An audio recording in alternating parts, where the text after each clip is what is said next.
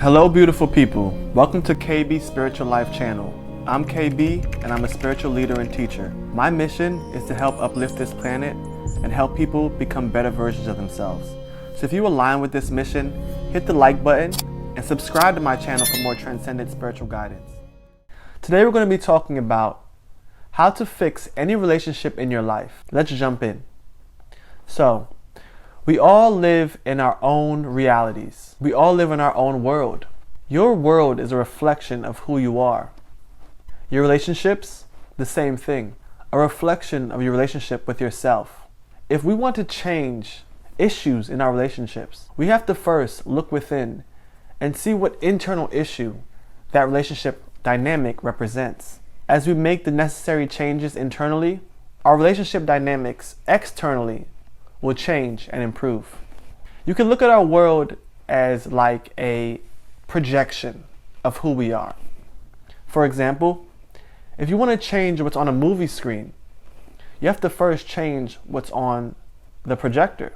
The same thing applies in our world. There's nothing in life that doesn't represent you and your relationship with yourself.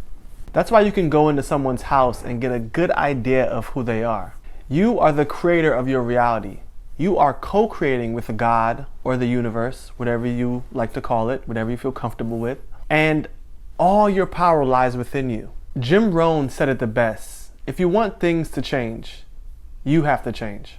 So let me give you an example of how this manifests. Let's say there's a woman who's been having issues with one of her children, her 9-year-old. Let's say this 9-year-old has been lashing out. She has become verbally abusive to her mother and even to teachers in the school. Now, there's a few things going on here, but as a fundamental approach, this lady can look within, and I'm guarantee you she will find issues with her inner child. She may find that she has been neglecting her inner child. If you look further, you'll find that her self-neglect actually stems from childhood trauma and issues from her past, which they always do.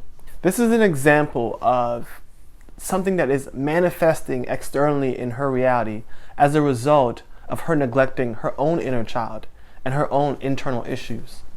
In this example, what this lady needs to do is look internally, identify the needs that need to be met for her inner child, meet those needs, and she will begin to see a change in her external world, and her dynamic with her daughter will get better. Here's another example. Let's say there's a CEO of a company, and recently his team hasn't been following instructions. They've been disrespectful, and it's been hurting the team and the company's performance. And he doesn't really understand why. I can guarantee you, if we look within the CEO, we're going to find an imbalance in his masculine energies. And we're going to find that he recently hasn't been following his instinct and intuition. Like I was saying before, our world is a projection of us, right? So let's see how this really manifests. A company represents a more masculine dynamic. It's very organizational, structural, and left-brained. If you're seeing a breakdown within your company, most likely it's going to represent a breakdown in your masculine energies or an imbalance in your masculine energy. Although intuition is more feminine-based, instinct is more masculine-based.